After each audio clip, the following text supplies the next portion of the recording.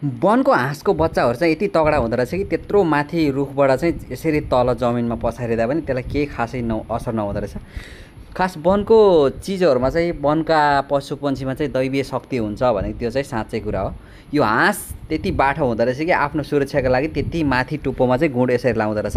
त्यसपछि हाँसको बच्चाहरू चाहिँ अन्डाबाट निस्किसकेपछि अलिक ठुलो भएर काहीँ पलाइसकेपछि माउले चाहिँ यसरी चाहिँ बच्चालाई उड्न सिकाउँदो रहेछ। ल हेर्नुहोस् त यसरी झर्दैछ तल, त्यसपछि यसले चाहिँ फर्स्ट उड्न ट्राई गर्दैछ, माउ तल बसेर चाहिँ रेखदेख गर्दैछ। ल त्यो चाहिँ त्यो माथिबाट फुङ्गाल्यो, बिस्तारै काहीँ फैलाउँदै तल झरिरहेछ। तल झरेर पनि पछारिन्छ, तर पछारिँदा पनि त्यसलाई खासै त्यस्तो असर नपर्दो रहेछ। ल घाँसमा पछारियो तर पनि त्यसलाई त्यस्तो असर परेन, राम्रै छ। ल भनेपछि दैवीय शक्ति हुन्छ भनेको हो, साँच्चै नै हो। ल पालै पालो गरेर एक एक गर्दै निस्किँदैछन् है त हाँसको बच्चाहरू। ओ माई गड। ल कडा।